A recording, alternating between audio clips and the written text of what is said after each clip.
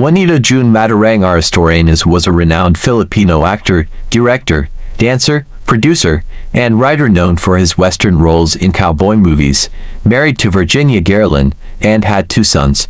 June Aristorenas passed away on April 25, 2000, at the age of 66 in Metro Manila, Philippines. Ako may kasalanan kasi hindi ko rin kayo nakita. May katangahan ho ako eh. Sige ho. Teka muna, June. Ikaw talaga sadya ko eh. Meron ako ibabalita sa'yo. Kaya naman ako narito dahil nga sa naman ang kaibigan ko o pwede niyang ipanin sa inyo ang mga Spanish. Oo, that's good. 2,939. Si Nació Ang gurang, Kaya nga mga pinamay kong pundura dyan. Nang maliit yan. Thank you. Kanino pa ba ako magmamana, Papa? Talagang hindi na. Dahil nakita... Kilala ko ito 1,000 ito. 1,000 ka. Alam mo, pagka-ukol, talagang bubukol. Bakit yung may bukol? Ha? Sa inyo ba ito? Wala pang kalahating oras.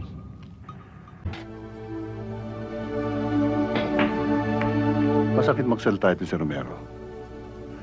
Para bang nakalimutan niya na akong gumawa ng paraan para maging koronel siya. Para collect tayo ng protection fee. Anong protection fee ibig niya sabihin ni Tay? Protection, anak. Para huwag sirain ang palakayan ng mga magdalagat. At para sa mga tindera naman, ay upang magkaroon sila ng karapatan na makapagtinda sa palengke. Hindi ba rin ng munisipyo ang palengke rito? Oo, Magno. Ano ang ginagawa ng mga batas? Ng mga pulis? Bakit nila pinababayang apihin ng mga mamamayan? Situation here. May nakuha akong report na may isang siga-siga na napatay dito. Ang pangalan ni Fred. Kasama daw yan ang mga siga na tila ang pangalan ni Roger Taba. What about the killer? Any clues to his identity? Wala eh. Natatakot sila magsalita, baka raw sila madamay. Si De Los Reyes ang tumira dyan.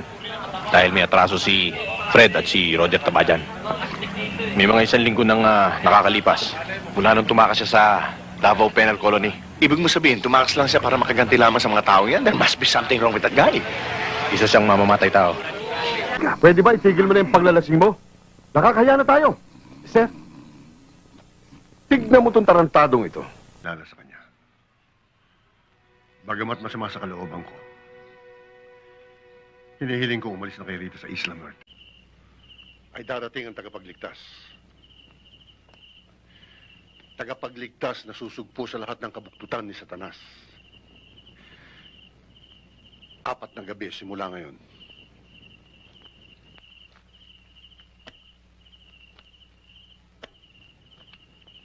Kung totoo man lahat ang sinasabi mo, paano tayo napasok ng 2 kampo ng demonyo?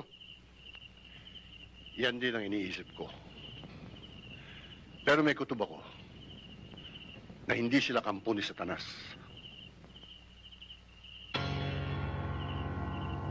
Oh, nagkakaintindihan ba tayo? Sige, magsilayas na kayo at nagagalit yung anak ko. Wow, talagang... Sige, patakbuhin mo ng patakbuhin. Masong, lakad-lakad lang. Galing na anak ko magpatakbo ng kabayo. Jose. Parang dati niya. Ito na ang gatas at gamot mo, ha? Pambira ka naman gamot. Pwede ba? Huwag mo sasabihin gamot dahil lalo ako tumatanda niyan eh. Oo, ano naman ang gusto mo? Baguhin mo naman ang pangalan. Ano? Gawin mo, Jose. Eto na candy mo. Oh. Jose, eto na ang candy mo. Oh, di maganda pakinggan. Ayan. Yung anak mo. Ha? Magaling ng mga bayo. Aba? Oh, di ba? Oo nga, ano? Ang galing, ha? Oo, ang dalawa, ang dalawa. Ito pala.